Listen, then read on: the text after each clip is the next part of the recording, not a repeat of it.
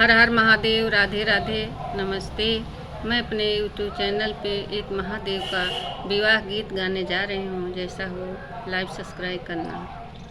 बुढ़ावा बैलवा से चले महादेव जी, बुढ़ावा बैलवा से चले महादेव जी।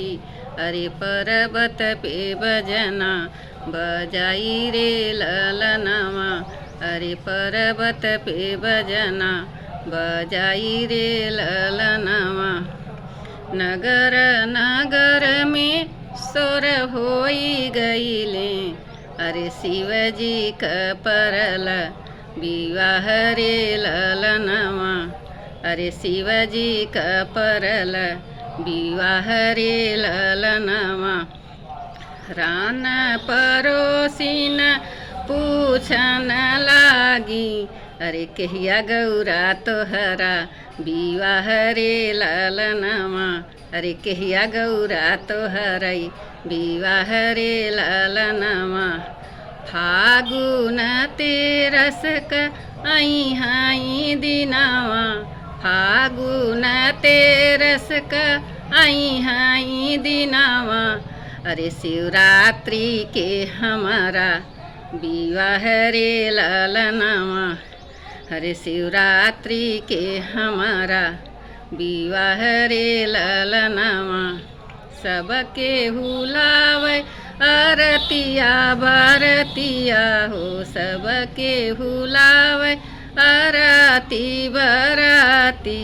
अरे शिवजी तलाम, अरे शिवजी तलाम भूत परित रे ललनवा, अरे शिवजी का भूतवा बरात रे ललनवा। सबके हुलावेला सोनवा से चनिया, सबके हुलावे सोनवा से चनिया। अरे शिवजी त सपवैक हार रे ललनवा, अरे शिवजी त सपवाक हार रे ललनवा।